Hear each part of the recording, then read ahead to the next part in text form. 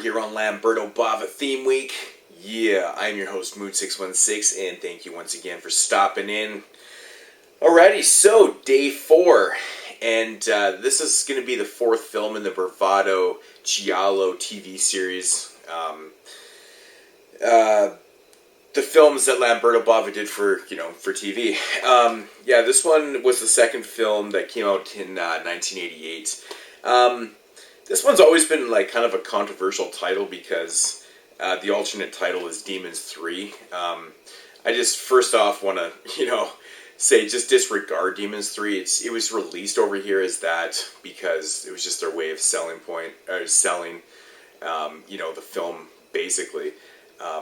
Like many Italian films, they're always unofficial sequels to everything. Zombie films. There's like 6 demon films, but they're all unofficial. I think the original Demons 3 was supposed to be Michel Sauvier's The Church. I think was the official script but that got scrapped and was released as The Church. So, but anyways, this movie right here is, like I said, the 4th film of the TV series of the TV films that he did, and it's titled The Ogre. So getting into the plot of this one. This one is about a girl named Cheryl. She is a best-selling horror author. She's on vacation with her family, her husband, and her 10-year-old son in Italy. And they've come from America to, go on vacation for a few weeks in Italy. They rent out like this huge kind of castle deal. And for her to work on her new book, just get away from America and work on this new book and stuff. Apparently the castle has like a history. It has some myths and legends about it and stuff like that.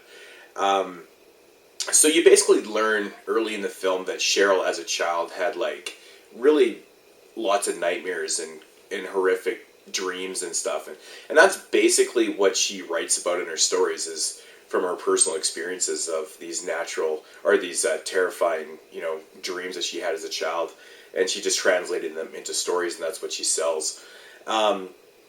So of course, once they get to this castle, and she starts writing or doing some work on her new book and stuff, she starts having dreams again.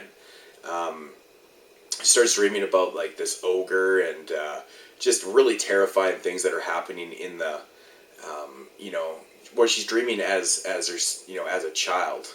She's picturing herself as a child, and kind of whatever's happening in her dreams is basically turning into a reality, and she's kind of noting it down or writing it down, and that's creating her story. So yeah, that's basically the plot of the film. So yeah, I'll just leave it right there. My thoughts on this one.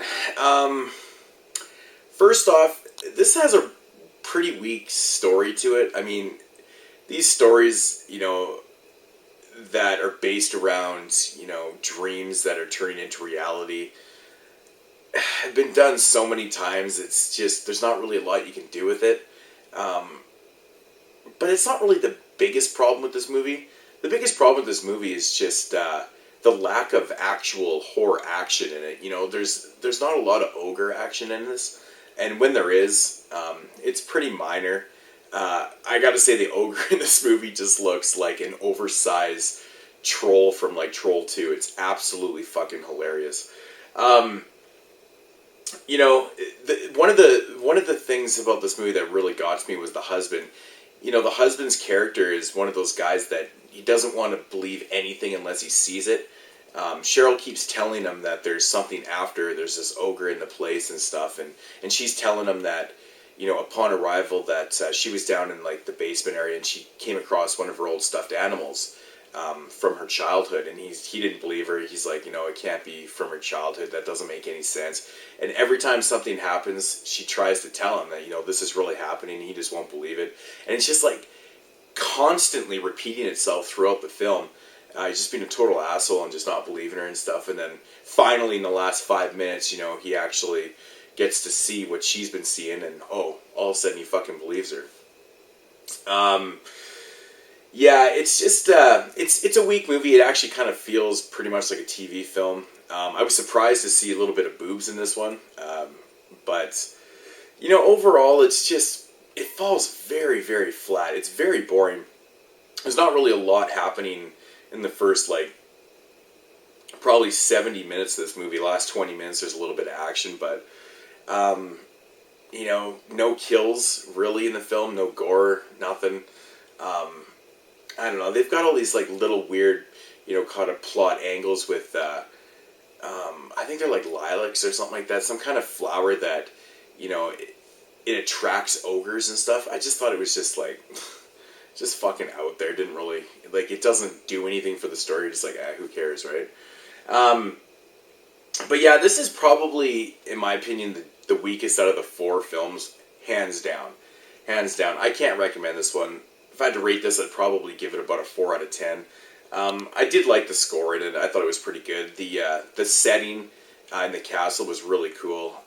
Lamberto Bava always seems to capture that pretty cool atmosphere inside. Dungeons and castles and stuff that he did in this whole Bravado Giallo series. I don't know. There's 3 out of the 4 movies basically almost have the same setting, which it works. It's kind of creepy, kind of cool. But that's really all it has going for it, though. It just suffers from such a bad story. It's just nothing there. It's kind of boring. So, but yeah, the Ogre, definitely. I don't recommend this one.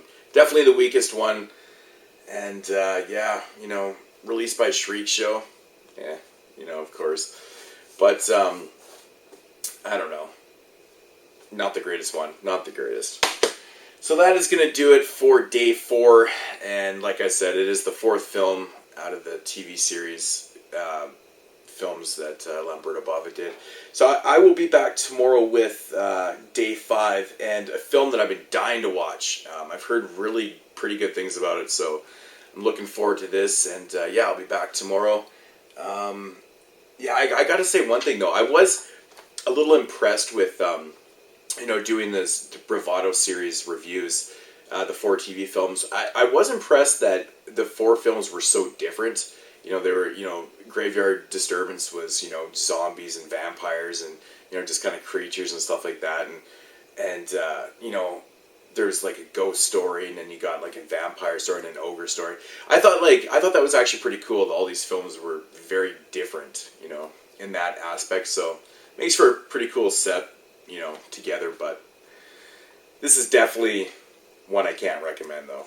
Definitely the weakest, so. Anyways, I will be back tomorrow with day 5, Mood 616 signing off. Peace out, homies.